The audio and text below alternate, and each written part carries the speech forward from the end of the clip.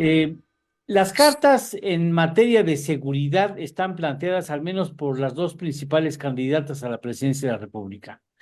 ¿Cuál es la propuesta más articulada?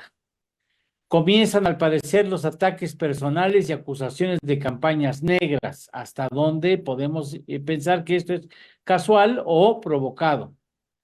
Hace 30 años, un discurso memorable que vamos a recordar en algunos minutos más, de Luis Donaldo Colosio, que le costó la vida, nos hace preguntarnos si aquella sentencia del entonces aspirante a ser candidato a la presidencia sigue siendo vigente. Por lo pronto, esas son las personalidades que esta noche nos acompañan en el estudio. El doctor José Fernández Santillán, analista político y profesor investigador del Colegio de Jalisco. Juan María Naveja, analista, consultor y conferencista. Y Ernesto Guerra, analista político. Bienvenidos a En torno a la Muchas política. gracias. Gracias por estar con Gracias. nosotros. Y hace 30 años se desarrolló un discurso muy interesante, el discurso que quizás haya ocasionado la decisión de quitarle la vida a Luis Donaldo Colosio. Este es un pequeño fragmento de esa participación en el Monumento a la Revolución. Yo veo un México con hambre y con sed de justicia, un México de gente agraviada por las distorsiones que imponen a la ley quienes deberían de servirla, de mujeres y hombres afligidos por abuso de las autoridades o por la arrogancia de las oficinas gubernamentales. Veo a ciudadanos angustiados por la falta de seguridad, ciudadanos que merecen mejores servicios y gobiernos que les cumplan, ciudadanos que aún no tienen fincada en el futuro la derrota. Son ciudadanos que tienen esperanza y que están dispuestos a sumar su esfuerzo para alcanzar el progreso. Yo veo un México convencido de que esta es la hora de las respuestas, un México que exige soluciones. Los problemas que enfrentamos los podemos superar. Yo me propongo encabezar un gobierno para responderle a todos los mexicanos. El cambio con rumbo y con responsabilidad no puede esperar.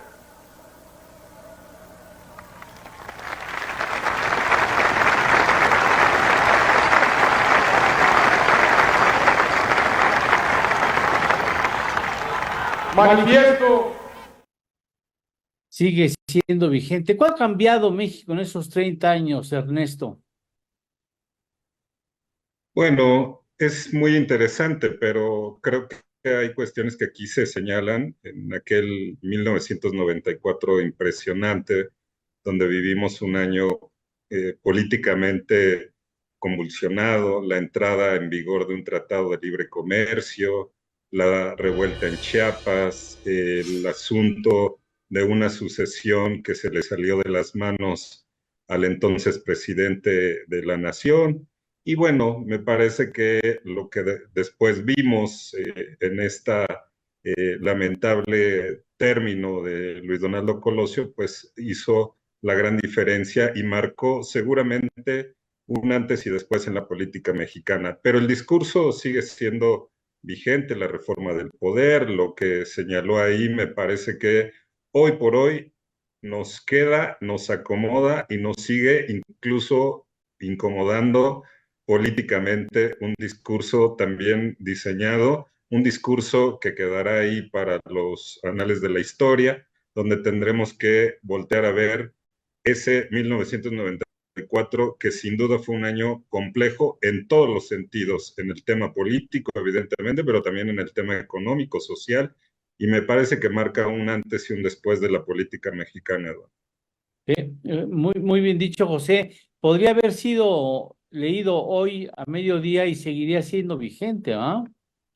Yo lo que diría, bueno, primero que nada, te saludo, Eduardo, saludo a los panelistas y sobre todo al público que nos amablemente nos sintoniza. Yo estuve ahí en ese discurso y lo que me llamó la atención es que había gente de toda la República. Parecía aquello una amalgama de lo que es no parecía, era una amalgama de todo lo que es la República. Veías gente con las cueras de Tamaulipas, gente de Yucatán, de Oaxaca, y era impresionante y bellísimo, porque el PRI entonces era un partido de masas, eso es lo que hay que apuntarlo. Es la diferencia entre lo de que del 6 de marzo de 1994 a hoy, porque seguro que iba a ganar Luis Donaldo Colosio si no hubiera sido asesinado. Entonces, ese discurso queda para la historia, pero anunció su ruptura con Carlos Salinas de Gortari y todos coincidimos que al anunciar su ruptura, firmó su sentencia de muerte, porque nadie se traga el cuento de el asesino solitario. Lo mandaron matar, y lo mandaron matar por ese discurso, cuando dice, yo veo y estoy del lado de la gente que ha sufrido opresión de parte de las autoridades que no respetan la ley. Y lo que voy a hacer es gobernar y voy a tener un rumbo. O sea, la diferencia respecto de lo que hoy tenemos es que Luis Donaldo Colosio sí tenía un proyecto ideológico muy bien armado. Era la combinación entre liberalismo y socialismo, entre eficiencia económica y justicia social, que a eso les dolía a los tecnócratas de los que estaba rodeado Salinas y que él lideraba. Entonces, no podían permitirse que el proyecto tecnócrata neoliberal fuese a dar a la basura. Hay un personaje siniestro que muchos hoy jóvenes no conocen, pero se llama José Córdoba Montoya y era la eminencia gris, o sea, muchas veces no se sabía si tenía el real poder, lo tenía Salinas o era este hombre el que operaba y nombraba secretarios y quitaba y nombraba gobernadores. Entonces, este individuo es el que puso a Ernesto Zedillo como candidato a la presidencia de la República, porque mucha gente no sabe, pero indignados los colosistas llegaron en el PRI, dijeron, vamos a poner a un colosista. ¿Te acuerdas de Ortiz Arana, no? Sí, Entonces, Ortiz Arana encabezó a los priistas colosistas y dijeron, el proyecto de Colosio va a continuar. Pues fueron puras buenas intenciones porque el poder real fijó una meta y fue la continuidad del proyecto neoliberal. Pero este legado de Luis Donaldo Colosio, yo diría, es más vigente que nunca porque seguimos teniendo opresión y habló de seguridad también. que Sí. es uno de los problemas, eso sí, en estos años que ha crecido más en nuestro país. Juan María, ¿sigue siendo vigente el diagnóstico de un pueblo con sed y hambre de justicia, ¿no? Evidentemente, ¿qué tal, Lalo? Qué gusto saludarte, Pepe, ¿qué tal, Ernesto? Hola. Me da mucho gusto saludarles. La verdad es que esto no lo hemos cambiado.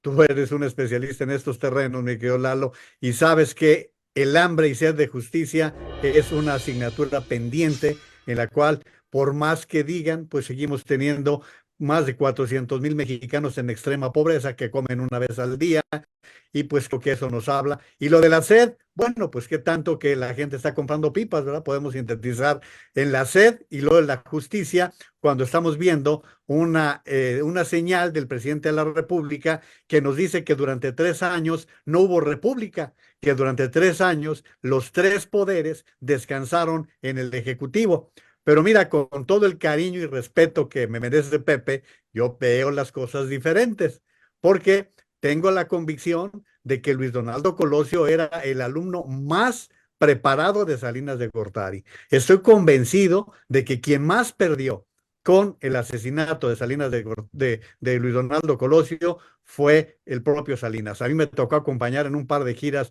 a Luis Donaldo y me acuerdo que le decía al jefe de aquel tiempo, que era el ingeniero Gilberto Solís en Grupo Radio Centro, le dije en Ciudad Juárez, veo muy solo a Luis Donaldo. A las pocas semanas lo asesinaron. Pero, a ver, recordemos, antes del 94 hubo un momento crucial, el nacionalismo revolucionario con Luis Donaldo Colosio como presidente del PRI, que fue lo que realmente vino a fracturar completamente al partidazo, porque hubo quienes se sintieron ajenos completamente al proyecto que ya venían rompiendo desde con Miguel de la Madrid.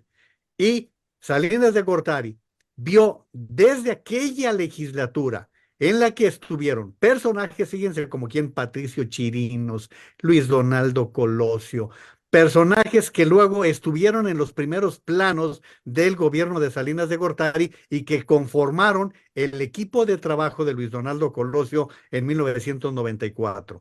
Pero ese mismo año el país se sacudió, sí, por el levantamiento armado en Chiapas, pero antes el asesinato de José Francisco Ruiz Massieu, la manera en que asesinan al cardenal Juan Jesús Posadas Ocampo y que pues viene a complicarse todavía más al asesinar al candidato a la presidencia de la República.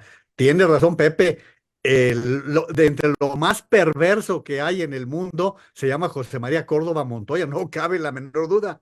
Pero también recordemos que el hombre que hubiese impulsado Salinas de Gortari era Pedro Aspe. Aspe no podía ser porque no había renunciado con los 6 meses de anticipación. Entonces no hubo más remedio que el coordinador de la campaña política, que era Ernesto Zedillo, quien había sido secretario de Educación, fuese erigido o designado candidato a la presidencia de la República. Yo sí creo, como dicen los colegas, para no abundar tanto, que el derrotero que seguía la nación iba en ascenso. ¿Se le descompuso a Salinas en el 94? Sí, pero hubiese sido más llevadera la situación si no se hubiese presentado esa crisis, y lo vimos, la forma en que Ernesto Zedillo pudo revertir el tema económico durante su sexenio, Lalo. Y Ernesto, la continuidad del proyecto de Salinas acaba provocando una crisis muy importante en los números en 95, principios de 95, finales de 94, y acaba dejando una herencia que seguimos pagando la factura de ella.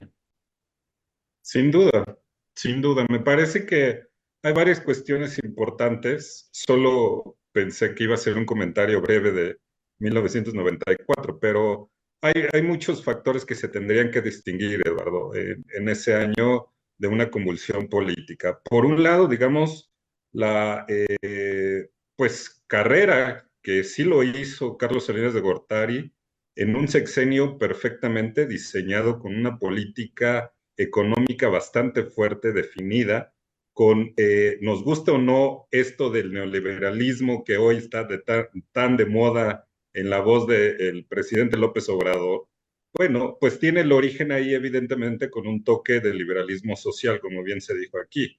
Eso es importante decirlo. Hay una cuestión de avance, pero también hay una cuestión de liberalización política impresionante en el gobierno de Carlos Salinas de Gortari, nos guste o no.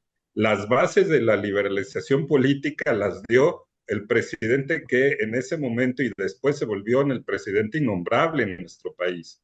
Pero ahí se sentaron las bases de un liberalismo político impresionante que hoy por hoy sigue teniendo su base. Después, nos guste o no, fue de los gobiernos que permitió una transición a tumbos después, porque se les descompuso la sucesión presidencial, porque él mismo la fomentó. Había tantos tiradores en ese momento, y perdón, tiradores me refiero a aspirantes a la presidencia de la República, evidentemente, porque está mal usado a lo mejor el término en este contexto de tiradores, ¿no? Bueno, pues sí, por el asesinato, ¿no? Evidentemente.